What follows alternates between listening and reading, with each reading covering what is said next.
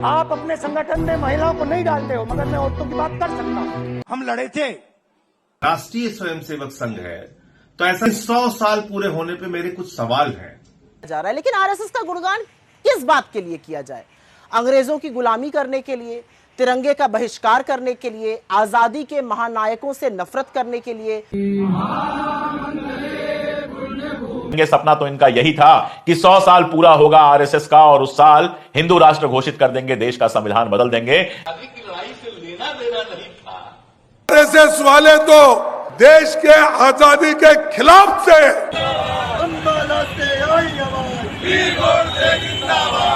नमस्कार, आदाब दोस्तों, हमारा नाम है आजाद और आप देख रहे हैं आजाद बोल।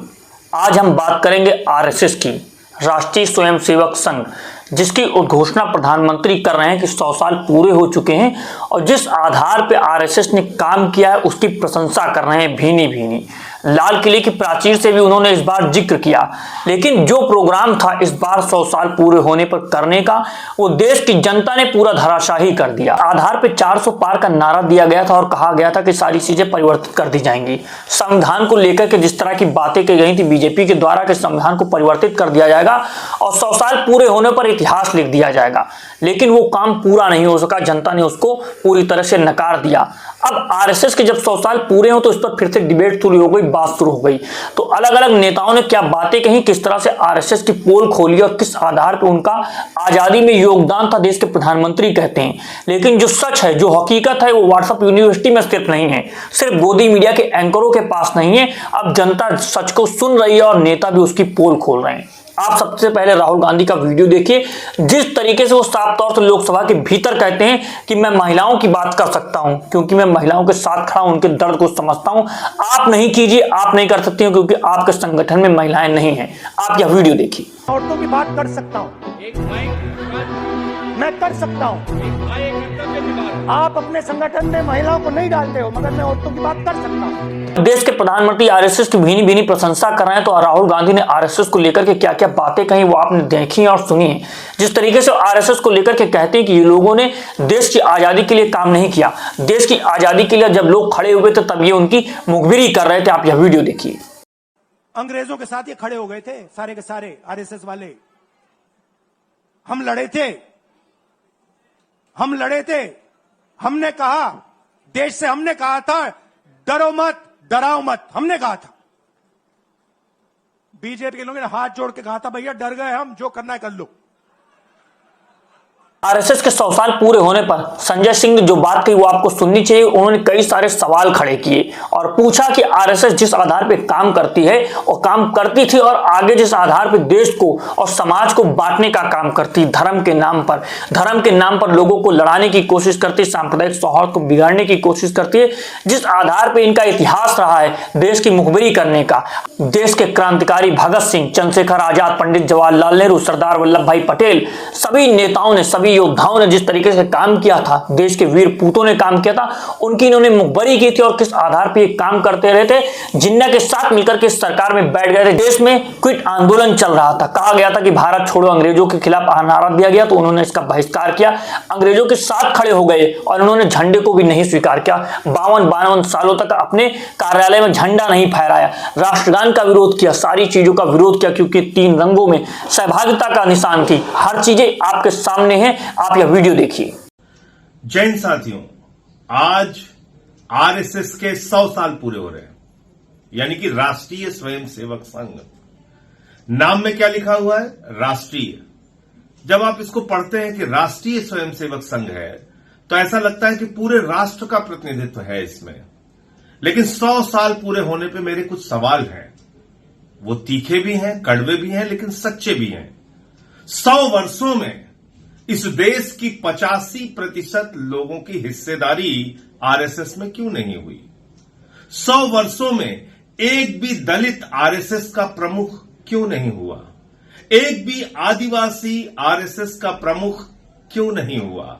एक भी पिछड़े वर्ग का व्यक्ति आरएसएस का प्रमुख क्यों नहीं हुआ? कभी आपने सोचा, कभी आपने विचार किया कि आरएसएस जो अपने आप को राष्ट्रीय स्वयंसेवक संघ कहती है, उस आरएसएस में एक भी आरएसएस का प्रमुख 85% आबादी से नहीं है। छोड़ दीजिए आप, दलित, पिछड़ा, आदिवासी तो नहीं है, एक भी महिला आज तक आरएसएस की प्रमुख नहीं हुई। तो आप इसको एक दकियानूसी सोच वाला, एक संकुचित सोच वाला संगठन कह सकते हैं, जो संविधान के खिलाफ है, जो आरक्षण के खिलाफ है, जो दलितों के खिलाफ है, आदिवासियों के खिलाफ है, पिछड़ों के खिलाफ है, जो मनुवादी व्यवस्था में यकीन रखता है, जो जाति के नाम पर भेदभाव वाली व्यवस्था में यकीन रखता है, जो छूत और अछूत की व्यवस्था में यकीन रखता है, जो बाबा साहब डॉक्टर भीमराव अंबेडकर के खिलाफ है, उनके संविधान के खिलाफ है। ऐसे संगठनों से आपको सावधान रहना चाहिए और इनका क्या योगदान रहा भारत की आजादी के आंदोलन में, यह आपको जरूर पढ़ना चाहिए। 100 वर्षों के पूरे होने पर इनकी शुरुआत 1925 से हुई है और तब देश जब गुलाम था अंग्रेजों का, उस वक्त आरएसएस ने अंग्रेजों का साथ दिया। इस सच्चाई को देश के लोगों को आज 100 वर्ष पूरे होने पर बताना चाहिए। यह बताना चाहिए कि जब द्वितीय विश्व युद्ध हुआ तो अंग्रेजों की सेना में भर्ती करने के लिए आरएसएस के लोग हिंदुस्तानियों को प्रेरित कर रहे थे और कह रहे थे अंग्रेजों की सेना में भर्ती हो जाओ, अंग्रेजों का साथ दो। आप जाइए इतिहास में, पड़ताल कीजिए, खोजिए और थोड़ा वक्त लगाइए, आपको पता चलेगा। क्रांतिकारियों की मुखबिरी इन्होंने की, भारत छोड़ो आंदोलन का विरोध इन्होंने किया, भारत की आन बान और शान तिरंगे झंडे का विरोध इन लोगों ने किया। ये इतिहास का ऐसा काला सच है जिसको आरएसएस कभी इनकार नहीं कर सकती। इसलिए जब आप 100 साल पूरे होने पर यह सुन रहे हैं कि प्रधानमंत्री टिकट जारी करने जा रहे हैं, पाठ्यक्रमों में आपको आरएसएस का इतिहास पढ़ाया जाएगा, तो उनकी बड़ाई, उनकी तारीफ, उनके कसीदे पढ़े जाएंगे, लेकिन यह नहीं बताया जाएगा कि इसने आजादी के आंदोलन में देश के साथ गद्दारी करने का काम किया है। यह भी नहीं बताया जाएगा कि 52 साल तक आरएसएस ने अपने मुख्यालय पर तिरंगा झंडा नहीं फहराया। और ये तो आपको जरूर याद रखना चाहिए कि ये भेदभाव में यकीन रखने वाला संगठन है। इसीलिए आज तक आरएसएस का कोई भी प्रमुख दलित, पिछड़ा, आदिवासी या महिला भी नहीं हुआ। जय हिंद। आपने संजय सिंह जी का वीडियो देखा, अब आप वीडियो देखिए सुप्रिया सीनेत का। वो किस आधार पे आरएसएस के ऊपर सवाल खड़ा कर रहे हैं, और जब देश के प्रधानमंत्री कह रहे हैं कि हमें आरएसएस की प्रशंसा करनी चाहिए, उसके कार्यों की प्रशंसा करनी चाहिए, तो सवाल पूछते हैं आखिर किस बात का हम उत्सव मनाएं, किस बात की हम प्रशंसा करें? क्या उन्होंने अंग्रेजों के साथ मिलकर के देश को तोड़ने की काम किया था, उसकी प्रशंसा करें, या कई सारे सवाल जो उन्होंने खड़े किए, या आप सुनिए। आरएसएस के 100 साल हो रहे हैं तो टीवी पर, अखबारों में सरकार के नुमाइंदों द्वारा आरएसएस का गुणगान किया जा रहा है। लेकिन आरएसएस का गुणगान किस बात के लिए किया जाए? अंग्रेजों की गुलामी करने के लिए, तिरंगे का बहिष्कार करने के लिए, आजादी के महानायकों से नफरत करने के लिए, बाबा साहब को अपशब्द कहकर उनकी फोटो जलाने के लिए, संविधान की प्रतियां फूंकने के लिए, देश के पहले आतंकवादी और महात्मा गांधी के हत्यारे नाथूराम गोडसे को प्रेरित और पोषित करने के लिए, सरदार पटेल द्वारा हिंसा और नफरत के लिए आरएसएस पर बैन लगने के लिए, अंग्रेजों को चिट्ठी लिखकर आजादी के आंदोलन के दमन कैसे किए जाएं उसके तरीके सुझाने के लिए, भगत सिंह से लेकर चंद्रशेखर आजाद और तमाम क्रांतिकारियों को अराजक कहने के लिए, 1930 के सिविल डिसोबीडियंस मूवमेंट का बहिष्कार करने के लिए, या 1942 के भारत छोड़ो क्विट इंडिया मूवमेंट का बहिष्कार करने के लिए, जिन्ना की मुस्लिम लीग के साथ मिलकर Sindh, North West Frontier Province, Bengal में सरकारें चलाने के लिए, शुरू से मनुस्मृति की वकालत करने के लिए, जो महिलाओं को सदैव आश्रित रहने की सीख देती है, महिलाओं को दोयम दर्जा समझने के लिए और देने के लिए अपनी संस्था तक में जगह नहीं दी गई है,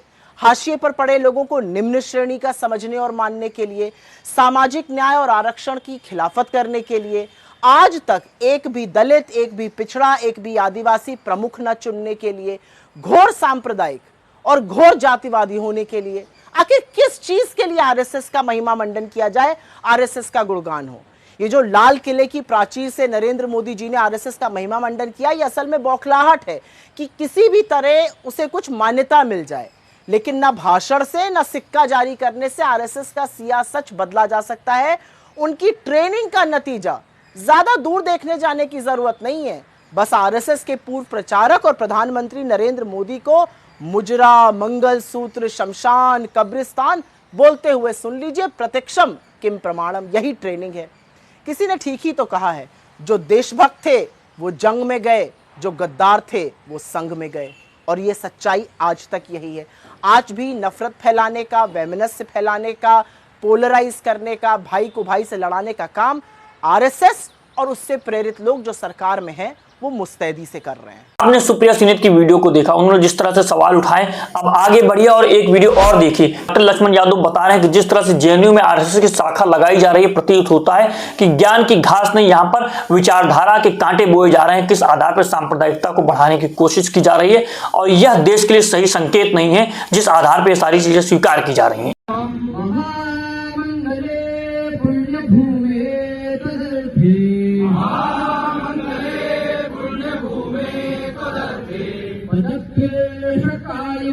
नमस्ते नमस्ते।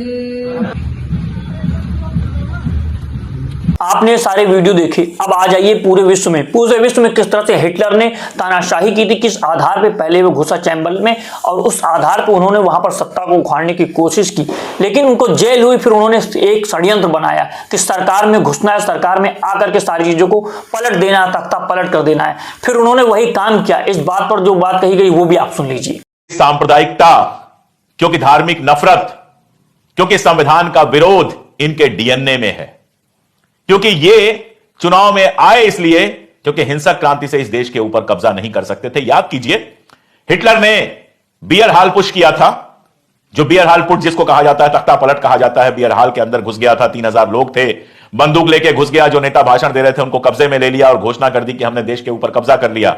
पता यह चला कि कुछ ही घंटों बाद वो गिरफ्तार हो गया और उसको जेल में रहना पड़ा जहां उसने मीन काम्फ लिखी थी। उसके बाद उसकी समझ में आया कि हिंसक क्रांति के द्वारा जर्मनी के ऊपर कब्जा नहीं किया जा सकता है। तब उसने तय किया कि संसद के रास्ते कब्जा करेंगे।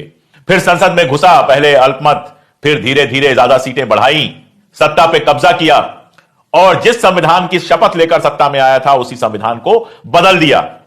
ये लोग हमेशा हिटलर के प्रशंसक रहे हैं, ये लोग हमेशा मुसोलिनी के प्रशंसक रहे हैं और इसीलिए इनकी भी प्लानिंग यही है कि संविधान के रास्ते घुसो और उसके बाद संविधान को ही पलट दो। ऐसे ही नहीं था कि पिछली बार एक तरफ 400 पार का नारा लग रहा था और दूसरी तरफ इनके नेता अलग अलग जगहों पर कह रहे थे कि हमें 400 पार मिल जाएगा तो हम संविधान बदल देंगे। सपना तो इनका यही था कि 100 साल पूरा होगा आरएसएस का और उस साल हिंदू राष्ट्र घोषित कर देंगे, देश का संविधान बदल देंगे। लेकिन देश की जनता ने तमाम ईवीएम, तमाम नाटकों के बावजूद इनको 400 पार छोड़िए 300 पार भी नहीं होने दिया और 2 सहारों पर खड़े हुए ये सरकार बनाने के लिए। और इसीलिए आरएसएस ने अपना बड़ा कार्यक्रम नहीं बनाया, क्योंकि जो सपना था वो तो तोड़ दिया था भारत की जनता ने। दोस्तों, आपने सारे वीडियो को देखा और अब देखिए नीतीश कुमार आरएसएस को लेकर के क्या बात कर रहे थे, किस आधार पे उनकी पोल खोल रहे थे। अब जो उन्हीं के साथ गलभैया कर रहे हैं आरएसएस के लिए, उन्होंने क्या बातें कही थी वो भी आप सुन लीजिए। आजादी की लड़ाई हुई और क्या मतलब है, जिनको आजादी की लड़ाई से लेना देना नहीं था, जिनके संगठन का आरएसएस का कोई योगदान रहा और उससे रिलेटेड लोग ये सब काम करें, कोई मतलब है क्या? आज जिन लोगों ने आजादी की लड़ाई लड़ी तो हम लोग तो सब भाई इसी सबसे बचपन से, हमारे पिता आजादी की लड़ाई में थे और उसी समय बचपन में जो जन्म तो हम लोगों का हुआ आजादी के बाद, लेकिन एक एक बात बताए थे, एक एक चीज को जाने, बाद में एक एक चीज को देख लिया, हर तरह से जाना। तो कभी जो बापू का योगदान है उसको हम लोग कभी भूल सकते हैं? आपने नीतीश कुमार की वीडियो देखी, अब आप देखिए कि किस तरह से प्रधानमंत्री आरएसएस की प्रशंसा कर रहे हैं और मल्लिकार्जुन खड़गे उस पर साफ तौर से कह रहे हैं और सवाल पूछ रहे हैं कि बताइए किन लोगों ने देश की शहादत दी, किन लोगों ने देश के लिए लड़ाई लगी, उन लोगों आरएसएस से क्या योगदान था और किस आधार पर सबसे पहला आतंकी नाथूराम गोडसे हुआ और उसके विपक्ष में नाथूराम के लिए किस तरह से नारे दिए गए, यह भी आप देखिएगा। आजादी की लड़ाई की कितने ही स्वतंत्रता सेनानियों को संघ संरक्षण देता रहा, उनके साथ कंधे से कंधा मिलाकर काम करता रहा। ये आरएसएस वाले तो देश के आजादी के खिलाफ थे। बोलो कितने लोग तुम्हारे जेल में गए, बोलो तुम्हारे लोग कितने सूली पे चढ़े।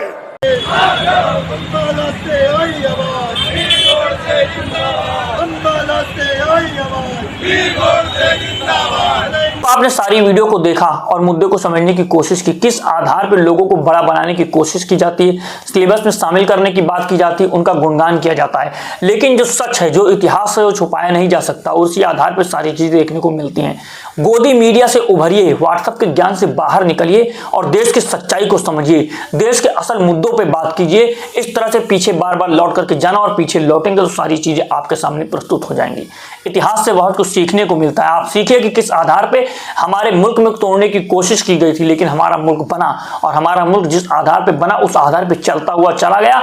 लेकिन अब जो सांप्रदायिक राजनीति को बढ़ाया जा रहा है, उकसाया जा रहा है, फिर से वही बात की जा रही है जो देश को तोड़ने का काम करती है। तो दोस्तों, इस वीडियो के बारे में आप क्या सोचते हैं, और अगर आपको लगता है कि इस तरह के वीडियोस हम बनाते रहें तो आजाद बोल को सब्सक्राइब कीजिए, वीडियो को ज्यादा से ज्यादा शेयर कीजिए। मिलता हूं आपसे अगली वीडियो में। अभी के लिए नमस्कार, जय हिंद, जय भारत, जय संविधान।